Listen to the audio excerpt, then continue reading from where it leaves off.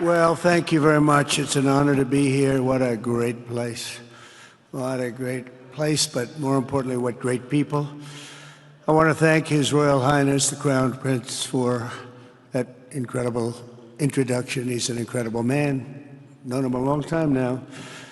There's nobody like him. Thank you very much. Appreciate it very much, my friend. And it's a tremendous honor to return to this beautiful kingdom and be welcomed back with such extraordinary generosity and warmth.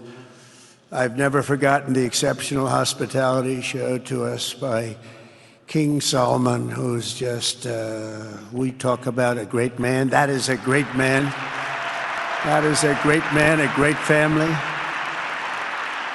And that visit took place exactly 8 years ago. The graciousness of the royal family and the Saudi people is really unsurpassed, no matter where you go. Let me also thank the countless ministers, government officials, business leaders, and distinguished guests for that warm welcome. Very warm, and I know so many of you. I'd like to call out all of your names, but we have a lot of problems. We'd be here for a long time. We don't want that, so don't be upset. With this historic state visit, we celebrate more than 80 years of close partnership between the United States and the Kingdom of Saudi Arabia. Ever since President Franklin Roosevelt met with King Solomon's father, King Abdul Aziz, aboard the USS Quincy in 1945, the U.S.-Saudi relationship has been a bedrock of security and prosperity. Today, we reaffirm this important bond, and we take the next steps to make our relationship closer, stronger, and more powerful than ever before. It is more powerful than ever before.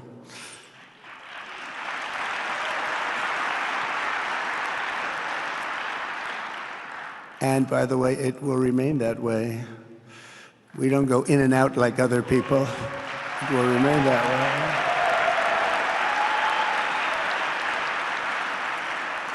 I've come this afternoon to talk about the bright future of the Middle East, but first let me begin by sharing the abundance of good news from a place called America. In less than 4 months, our new administration has achieved more than most other administrations accomplish in 4 years or even 8 years. We've actually done, for the most part, more. The day I took office, we inherited, thank you. Thank you. The day I took office, we inherited a colossal invasion on our southern border, an invasion like you'd never want to see here.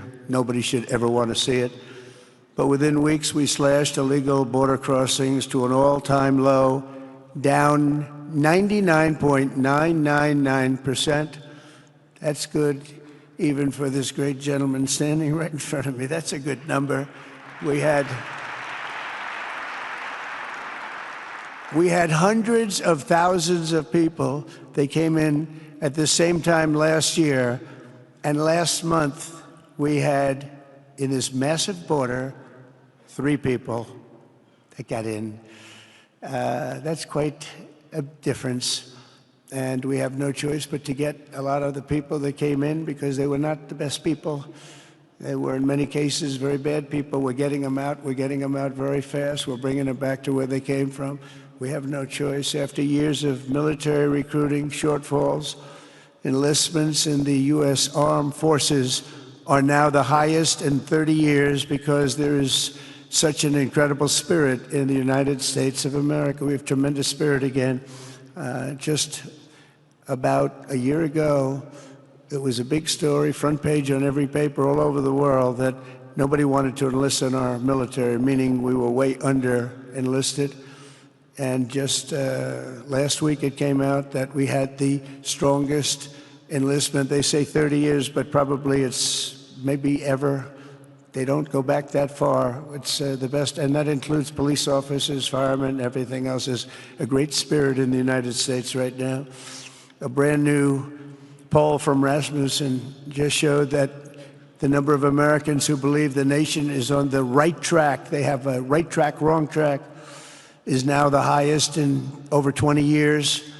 And it hasn't been anything like this because for many years it was the wrong track. And I can tell you for the last 4 years it was definitely the wrong track, but it's the highest it's been in many, many years. We renamed the Gulf of Mexico into the Gulf of America. That was very popular, other than perhaps with Mexico. And most importantly for the people in this room, the days of economic misery under the last administration are rapidly giving way to the greatest economy in the history of the world. We are rocking. The United States is the hottest country, with the exception of your country, I have to say, right? I'm not going to take that on. No, Mohammed, I'm not going to take that on. Wouldn't that be a terrible thing if I made that full statement? But I will not do it. You're hotter. At least as long as I'm up here, you're hotter. But groceries, gasoline, energy, and all other prices are down with no inflation. We have no inflation, and in a few short weeks, we've created 464,000 brand new jobs. Think of that. It's almost 500,000 jobs created just in a matter of weeks. We just reached a historic trade agreement with the United Kingdom, and over the weekend we reached a breakthrough agreement with China. Both outstanding deals. China's agreed. We have to get it down. We have to get the little details down. And Scott, you're going to work on that very hard, but China's agreed to open up to the United States for trade and everything else. But they have to do it, so we'll see what happens. But we had a very, very good meeting with both of those countries. We are cutting 10 old regulations for every new regulation. We're getting rid of all of the red tape that is so many, frankly, countries, as they get older, they develop a lot of red tape, and we're getting rid of it. We're getting rid of it at record levels. And I'm pleased to report that the United States Congress is on the verge of passing the largest tax cut and regulation cut in American history. We think we're in good shape to get that. And if we get that, that will be like a rocket ship for our country. In the first quarter of the year, the investment in America was up an astounding 22%. More than $10 trillion of new investments have been announced or are coming just since the election on November 5th. So think of that. In a very short period of time, we have over $10 trillion, and it could be much higher than that. Not everybody comes to the White House to have a news conference that they're going to be opening up in America, but they're all coming in at numbers that we've never seen before. If you take a look at other presidencies, they wouldn't do $1 trillion sometime in years. We did this in essentially 2 months because you have to say we got into office and they gave me about a month to clean up and fix up the Oval Office, and after that we started working. And the money is pouring in, the jobs are pouring in, the companies are pouring into our country like we've never seen before. There's never been anything like it. And we let other people tariff us into losing a lot of money and a lot of jobs, and now we're tariffing them. And it's at a level that nobody's seen. It's a level that is making us a very much different country and a very different Republican Party. We won a tremendous victory in November. We won all 7 swing states, the popular vote by millions and millions of votes. The Electoral College, we won by 312 to 226. Remember, they said, well, we could get to 270. No, we got to 312. That's a big difference. And very importantly, we won counties throughout the United States, 2,660 to 451. That's why when you look at a map, they're all red. The whole country is red. Red stands for Republican. From the moment on and from the moment we started, we've seen wealth that just poured and is pouring back into America. Apple is investing $500 billion. NVIDIA is investing, and I see my friend is here, Jensen. That's very good, wherever you may be. I thank you very much, because he's putting in $500 billion. TSMC is investing. Where is Jensen, by the way? Where is he? He's standing here. Where is he? I just saw that. Thank you very much, Jensen. I mean, Tim Cook isn't here, but you are. What a job you've done. He said he's got 99% of the chip market. I don't know. That's not easy to beat, but what a job you've done. Thank you. We are proud to have you in our country. You know that. Thank you for the investment. TSMC is investing $200 billion, and with this trip, we're adding over $1 trillion more in terms of investment into our country and buying our products. And you know, nobody makes military equipment like us. We have the best military equipment, the best missiles, the best rockets, the best everything. Best submarines, by the way. Most lethal weapon in the world. In addition to purchases of $142 billion of American-made military equipment by our great Saudi partners, the largest ever. This week there are multi-billion-dollar commercial deals with Amazon, Oracle, AMD, they're all here, Uber, Qualcomm, Johnson & Johnson, and many, many more. So I want to congratulate everybody, so many great business executives, many of you, most of you I know, and they're coming in, you know, about a month ago. They weren't that happy when they saw me, and now they're saying, sir, you're doing a great job. Thank you very much. It's amazing what a rising market will do. Oh, it's going to get a lot higher. In fact, I told people 5 weeks ago, this is a great time to buy. I got criticized for that. Now they don't criticize me anymore. People should have listened. But it's going to go a lot higher. You see, we've never had anything like this happen. It's an explosion of investment and jobs, and great companies are coming in. Never seen anything like it. There's no better place to make a future or make a fortune, do anything, frankly, than what we have in the United States of America under a certain president, Donald J. Trump. I have the right attitude. I have the same attitude that the people in the front row, second row, third row have. As you get back, perhaps they start to wane a little bit in terms of their view. But they understand, and we're doing what a lot of smart people would do. And we're not necessarily being politically correct. You saw what we did yesterday with health care. We've cut our health care by 50 to 90%. You're going to see drugs and pharmaceuticals come down at numbers that nobody has ever seen. And drugs, pharmaceuticals, we think will be dropping. And it'll be a redistribution of costs with other nations, which really took advantage of a very nice group of people that ran our country. But not only is this a time of incredible excitement in the United States, it's also an exhilarating period right here in the Arabian Peninsula. Beautiful place, by the way, beautiful place. Exactly, thank you. Exactly 8 years ago this month, I stood in this very room and looked forward to a future in which the nations of this region would drive the forces of terrorism and extremism, drive them right out of existence, and take your place among the proudest, most prosperous, most successful nations anywhere in the world as leaders of a modern and rising Middle East. So exciting, so exciting. Mohammed, you sleep at night? How do you sleep? Huh? Just thinking.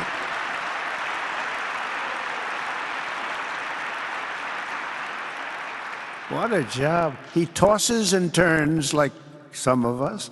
Tosses and turns all night. How do I make it even better all night? It's the ones that don't toss and turn. They're the ones that will never take you to the promised land, won't they? But you have done some job. True.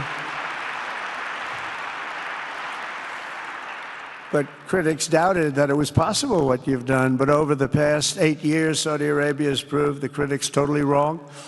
The transformation that has occurred even by these incredible business leaders. I mean, you had the biggest leaders in business anywhere in the world standing right before us. But the transformation that has occurred under the leadership of King Salman and Crown Prince Mohammed has been truly extraordinary. Such a thing has, I don't think, ever happened before. I've never seen anything at that scale happen before. And I guess, you know, maybe you could say the United States is doing pretty well too, but I don't think too many people have seen that happen before. Majestic skyscrapers, the towers that I see, the difference between now and 8 years ago. And 8 years ago was very impressive, but the towers that I see rising, some of the exhibits that I was shown by Mohammed, what I've seen there is just an amazing, it's an amazing process, amazing genius of so many people, architecture, but I have a feeling I know where many of those ideas came from. Happens to be sitting right in this room right before me, but the towers and all of the different, I've seen a lot of different towers. I didn't think there's any version of a tower that I haven't seen in one form or another. Well, I just passed 4 exhibits. I have never seen anything like any of them. So it's going to be very exciting. And they sit among the ancient wonders of a growing and exciting city. It's really amazing. Riyadh is becoming not just a seat of government, but a major business, cultural, and high-tech capital of the entire world. The World Cup is here. Johnny, just stand up, John. Johnny, thank you, Johnny.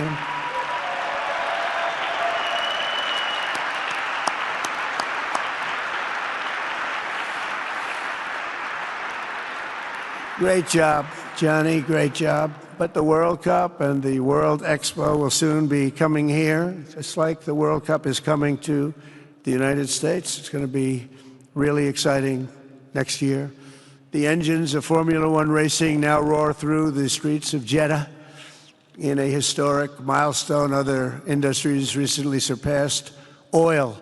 Think of it. All of your other industries now have surpassed oil. I don't know if a lot of people will understand what that means. It's so big to make up a majority of the Saudi economy for the very first time ever. So think of that. Other industries are now bigger even than oil, which is always going to be a big monster. It's a big one. But that's a great tribute to you and economic development properly used. In other cities throughout the peninsula, places like Dubai and Abu Dhabi, Doha, Muscat, the transformations have been unbelievably remarkable. Before our eyes, a new generation of leaders is transcending the ancient conflicts of tired divisions of the past and forging a future where the Middle East is defined by commerce, not chaos, where it exports technology, not terrorism, and where people of different nations, religions, and creeds are building cities together, not bombing each other out of existence. We don't want that.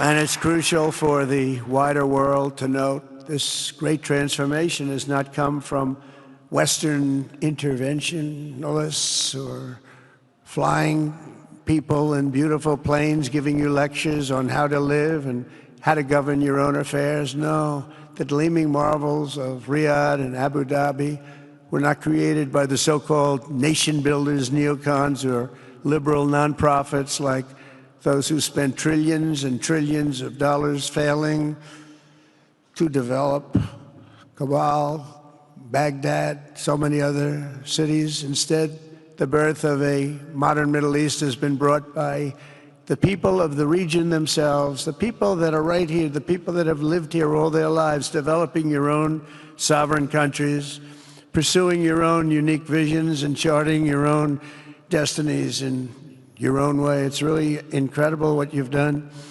In the end, the so-called nation builders wrecked far more nations than they built, and the interventionists were intervening in complex societies that they did not even understand themselves. They told you how to do it, but they had no idea how to do it themselves. Peace, prosperity, and progress ultimately came not from a radical rejection of your heritage, but rather from embracing your national traditions and embracing that same heritage that you love so dearly.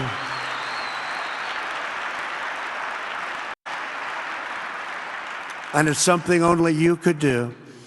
You achieved a modern miracle, the Arabian way. That's a good way.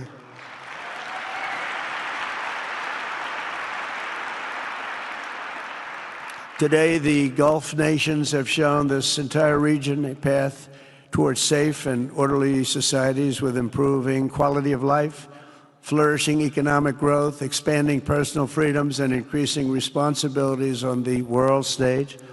After so many decades of conflict, finally it is within our grasp to reach the future that generations before us could only dream about, a land of peace, safety, harmony, opportunity, innovation, and achievement right here in the Middle East. So beautiful. It's such a beautiful thing that's happening. I guess, the people that are here can't even really appreciate it because you see it happening, and it's when you come to a place that you haven't seen in 5 years or 10 years or 20 years that it's even more incredible.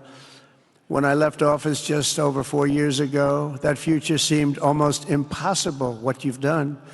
Together we had obliterated the killers of ISIS. We wiped them out, terminated its founder and leader, al-Baghdadi. We had healed the divide in the Gulf Cooperation Council, it's a very big deal, and united the nations of the region to stand against the enemies of all civilization. We'd imposed unprecedented sanctions on Iran and starved the regime of resources to fund terror. They were unable to fund anything because they had no money left. They had no money. But the new administration came in and let them have a lot of money, and you saw what happened. It was not money well spent. And with the historic Abraham Accords that we're so proud of, all the momentum was aimed at peace, and it aimed very successfully. It's been an amazing thing, the Abraham Accords, and it's my fervent hope, wish, and even my dream that Saudi Arabia, a place I have such respect for, especially over the last fairly short period of time, what you've been able to do, but we'll soon be joining the Abraham Accords. I think it'll be a tremendous tribute to your country, and it will be something that's really going to be very important for the future of the Middle East. I took a risk in doing them, and they've been an absolute bonanza for the countries that have joined. The Biden administration did nothing for 4 years. We would have had it filled out.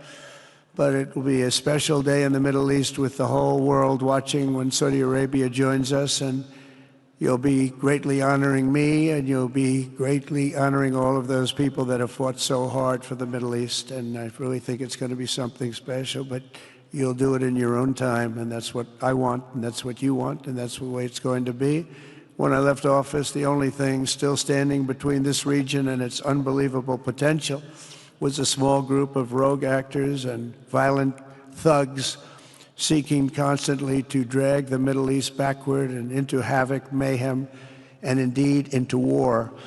Unfortunately, instead of confronting these destructive forces, the last U.S. administration chose to enrich them and empower them and give them billions and billions of dollars.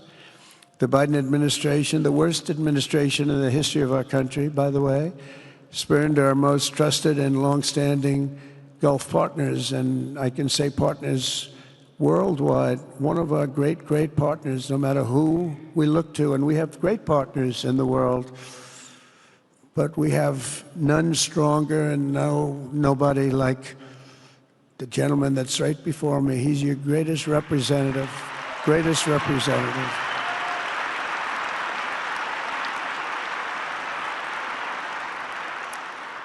And if I didn't like him, I'd get out of here so fast. You know that, don't you? He knows me well. I do. I like him a lot. I like him too much. That's why we give so much, Too much. I like you too much. Great guy. They lifted sanctions on Iran in exchange for getting nothing, and sent the regime tens of billions of dollars to fund terror and death all over the world. And they laughed at him. They laughed at our leader. And they're still laughing at our leader. They thought him a fool. And they made nothing but trouble ever since, including the funding of October 7th, one of the worst days ever in the history of the Middle East. Horrible day. Biden removed the Houthis from the list of foreign terrorist organizations, even while missiles and drones were being launched right here at your beautiful city of Riyadh, and launched at ships if they happened to be sailing in the wrong location. The Biden administration's extreme weakness and gross incompetence derailed progress toward peace, destabilized the region, and put at risk everything we had worked so hard to build together. And when you think of the great achievements that you've made, to do it in light of a pretty hostile administration, an administration that was not a believer, it makes your achievements even greater. Makes them even greater, you know that. But in a few short months since taking office, we have achieved the swift return of American strength at home and abroad, now working with the vast majority of people in this region who seek stability and calm. Our task is to unify against the few agents of chaos and terror that are left and that are holding hostage the dreams of millions and millions of great people. The biggest and most destructive of these forces is the regime in Iran, which has caused unthinkable suffering in Syria, Lebanon, Gaza, Iraq, Yemen, and beyond. There could be no sharper contrast with the path you have pursued on the Arabian Peninsula than the disaster unfolding right across in the Gulf of Iran. Think of that. They wanted to name it that. I said, they're not going to let them do that. Do you mind if I stop that? I stopped it. We're not going to let that happen.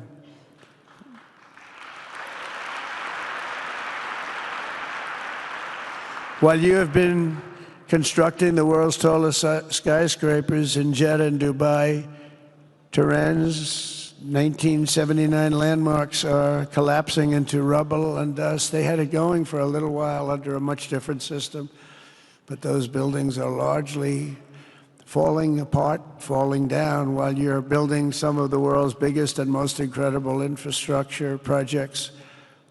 Buildings, all sorts of things you're building that nobody's ever even seen before. Iran's decades of neglect and mismanagement have left the country plagued by rolling blackouts lasting for hours a day. All the time you hear about it. While your skill has turned dry deserts into fertile farmland, Iran's leaders have managed to turn green farmland into dry deserts as their corrupt water mafia, let's call it the water mafia, causes droughts and empty riverbeds. They get rich, but they don't let the people have any of it. And then, of course, there's the key difference at the root of it all. While the Arab states have focused on becoming pillars of regional stability and world commerce, Iran's leaders have focused on stealing their people's wealth to fund terror and bloodshed abroad. Most tragic of all, they have dragged down an entire region with them. Countless lives were lost in the Iranian effort to maintain a crumbling regime in Syria. Look at what happened with Syria. In Lebanon, their Hezbollah proxies have pillaged the hopes of a nation whose capital, Beirut, was once called the Paris of the Middle East. Can you imagine? All of this misery and so much more was entirely avoidable, absolutely avoidable. And Mohammed knew that. He knew that. Smart people knew that. If only the Iranian regime had focused on building their nation up instead of tearing the region down. Yet I'm here today not merely to condemn the past chaos of Iran's leaders, but to offer them a new path and a much better path toward a far better and more hopeful future.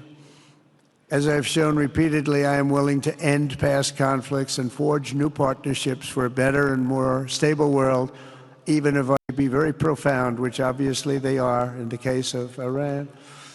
I have never believed in having permanent enemies. I am different than a lot of people think. I don't like permanent enemies, but sometimes you need enemies to do the job, and you have to do it right. Enemies get you motivated. In fact, some of the closest friends of the United States of America are nations we fought wars against in generations past, and now they're our friends and our allies. I want to make a deal with Iran. If I can make a deal with Iran, I'll be very happy if we're going to make your region and the world a safer place. But if Iran's leadership rejects this olive branch and continues to attack their neighbors, then we will have no choice but to inflict massive, maximum pressure, drive Iranian oil exports to zero like I did before.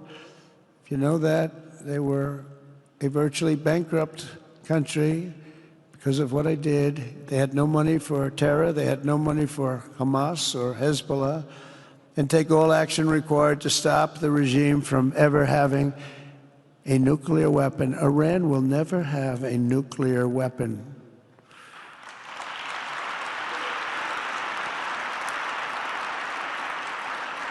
But with that said, Iran can have a much brighter future, but will never allow America and its allies to be threatened with terrorism or nuclear attack.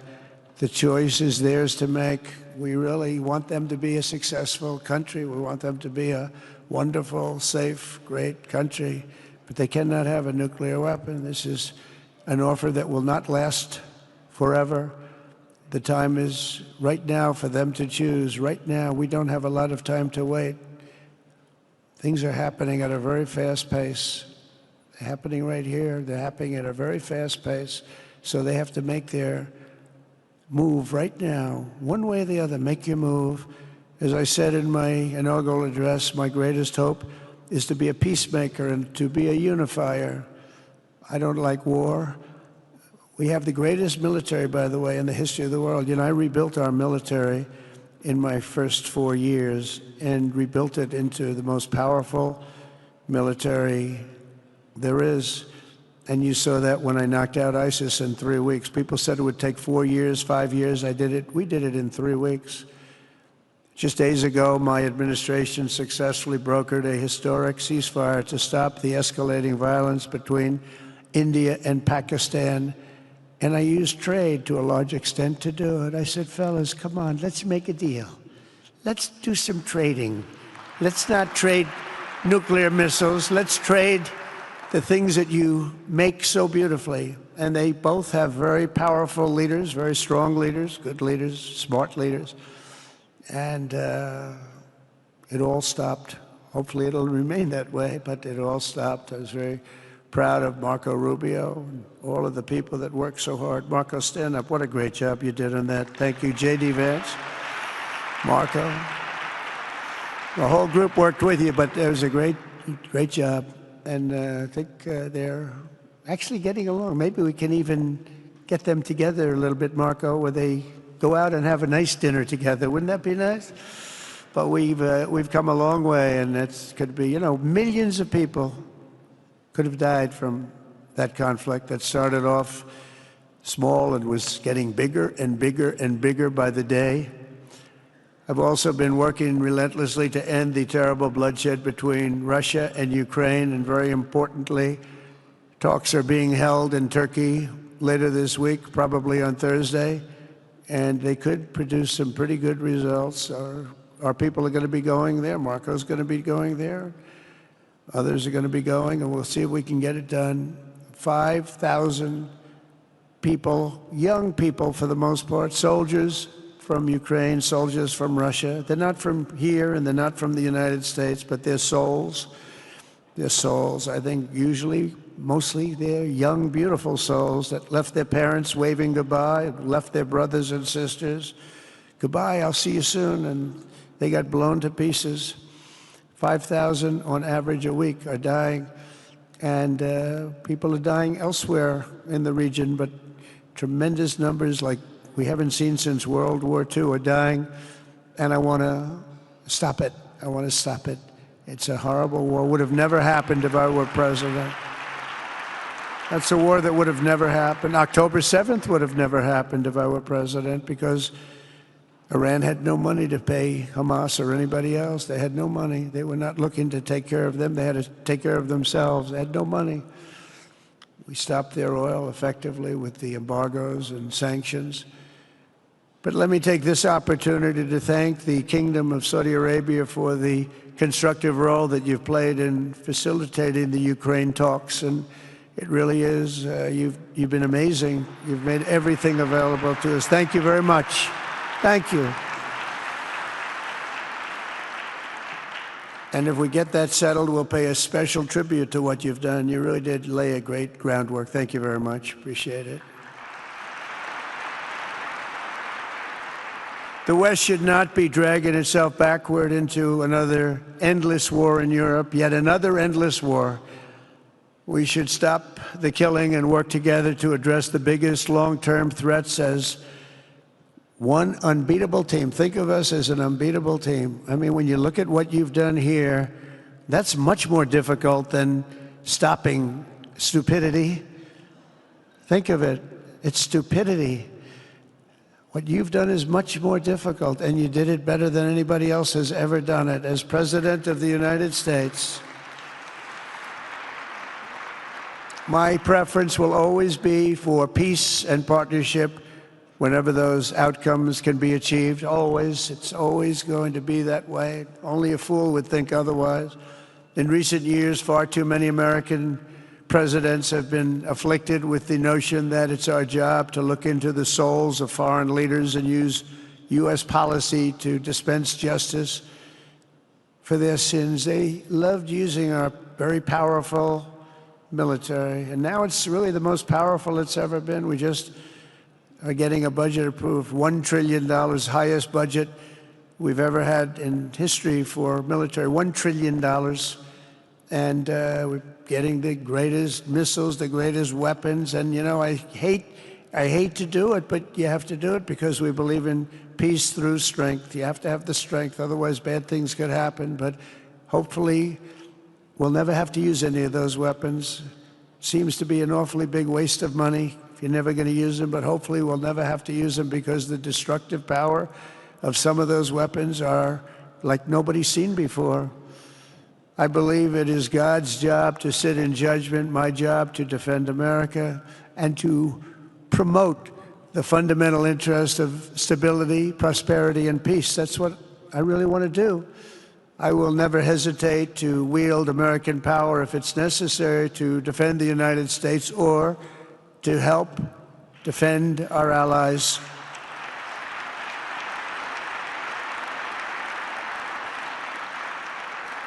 And there will be no mercy for any foe who tries to do us or them harm. We will have no mercy. They understand that. That's why I've been pretty lucky. A lot of people think, you know, he's looking to fight. He's looking to fight, and things get settled. It's an amazing thing when they really think you mean it.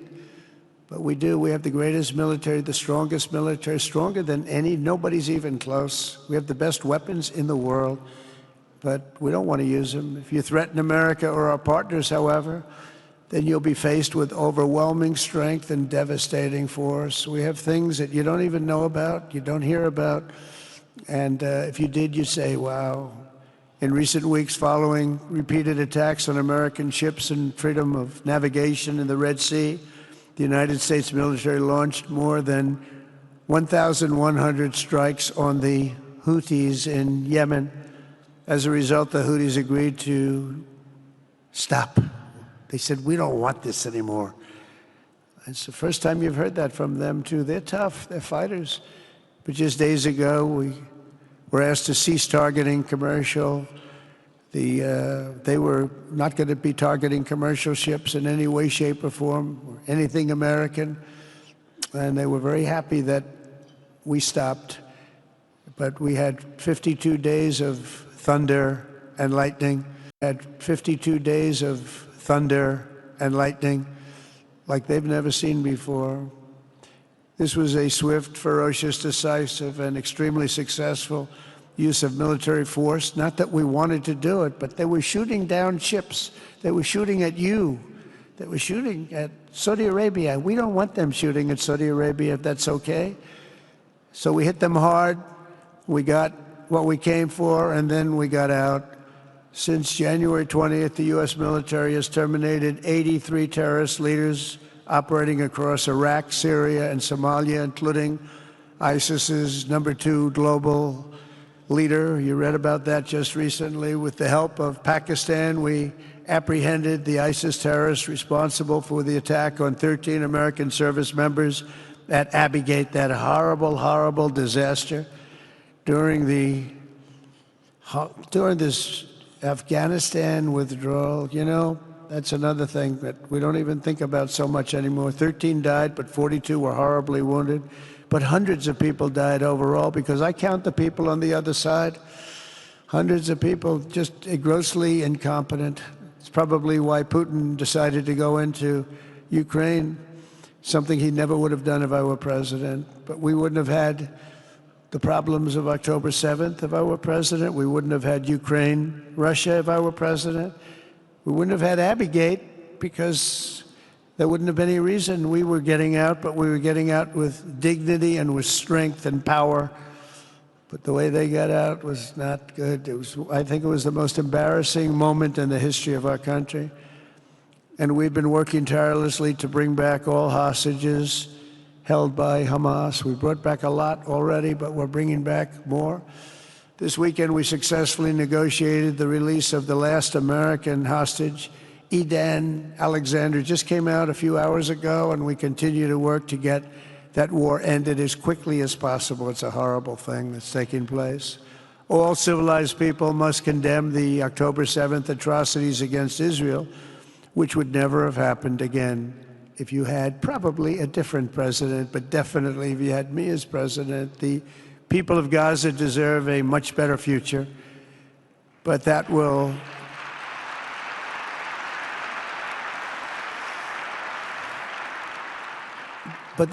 or can not occur as long as their leaders choose to kidnap, torture, and target innocent men, women, and children for political ends. The way those people are treated in Gaza, there's not a place in the world where people are treated so badly. It's horrible. After years of suffering, two of the nations most ravaged by terror are finally beginning to end their long nightmares under the new generation of leaders. In Lebanon, where a friend of mine has just become the ambassador. He's going to be great. I said, you know, that could be a very dangerous job. He said, I was born there. I'm Lebanese. I love that country. I said, but it's very dangerous. You know, this is a friend of mine from New York. I said, but it's very dangerous. Are you sure you want to do it? I never thought of him as being a warrior, but he is a warrior. He loves his country.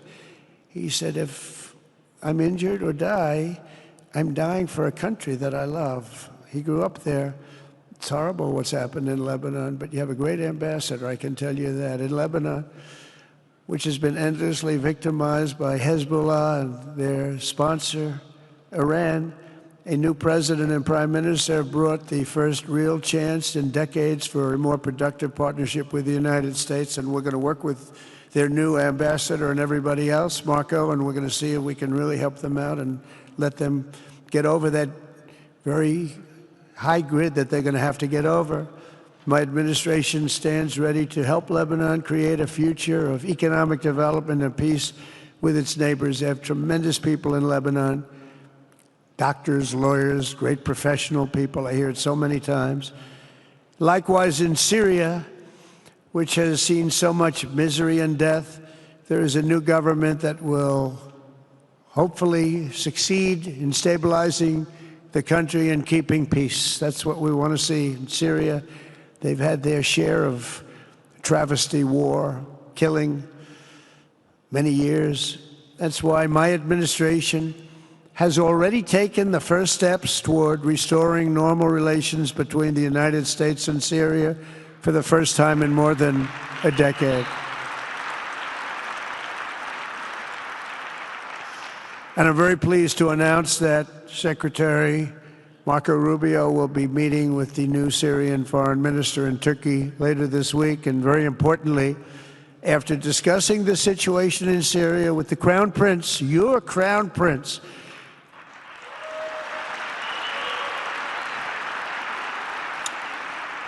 and also with President Erdogan of Turkey, who called me the other day and asked for a very similar thing, among others, and friends of mine, people that I have a lot of respect for in the Middle East, I will be ordering the cessation of sanctions against Syria in order to give them a chance at greatness.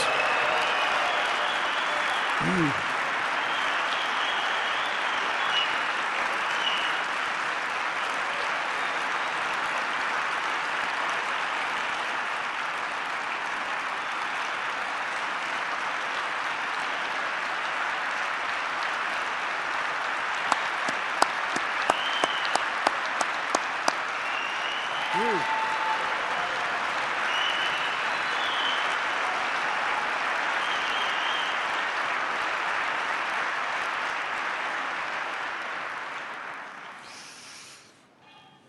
what I do for the Crown Prince. The sanctions were brutal and crippling and served as an important, really an important function, nevertheless, at the time. But now it's their time to shine. It's their time to shine. We're taking them all off, and they're going to have, I think they're going to have, based on the people and the spirit and everything else that I'm hearing about. So I say good luck, Syria. Show us something very special like they've done, frankly, in Saudi Arabia. Okay, they're going to show us something special. Very good people. Everywhere we can, my administration is pursuing peaceful engagement, offering a strong and steady hand of friendship to all that will take it in good faith. Together, we have made unprecedented strides and tremendous progress, and we're still just at the dawn of the bright new day that awaits for the people of the Middle East, the great, great people of the Middle East. If the responsible nations of this region seize this moment, put aside your differences and focus on the interests that unite you, then all of humanity will soon be amazed at what they will see right here in this geographic center of the world. It really is. It's like a center of the world and the spiritual heart of its greatest faiths. For the first time in 1,000 years, the world will look at this region not as a place of turmoil and strife and war and death, but as a land of opportunity and hope, just like you've done right here, a cultural and commercial crossroads of the planet. Security and stability will lift millions into lives of safety and success, and the nations of this region will be free to realize your highest destinies, honor your proud histories, harness amazing new opportunities, and bring incredible glory to Almighty God. People will come from all over the globe to be inspired by the cities you build, the businesses you create, the technologies you invent, and the beauty, talent, and potential you unleash right in the hearts of your citizens. Each of you will be able to take tremendous pride in the legacy you will leave to your children, because you will have given them the ultimate blessings of prosperity and peace. So important. In the United States, we've launched the golden age of America. It's the golden age. We see it. We see it with all that money, trillions and trillions of dollars pouring in, hundreds of thousands of jobs coming in with it. And with the help of the people of the Middle East, the people in this room, partners throughout the region, the golden age of the Middle East can proceed right alongside of us. We will work together. We will be together. We will succeed together. We will win together. And we will always be friends.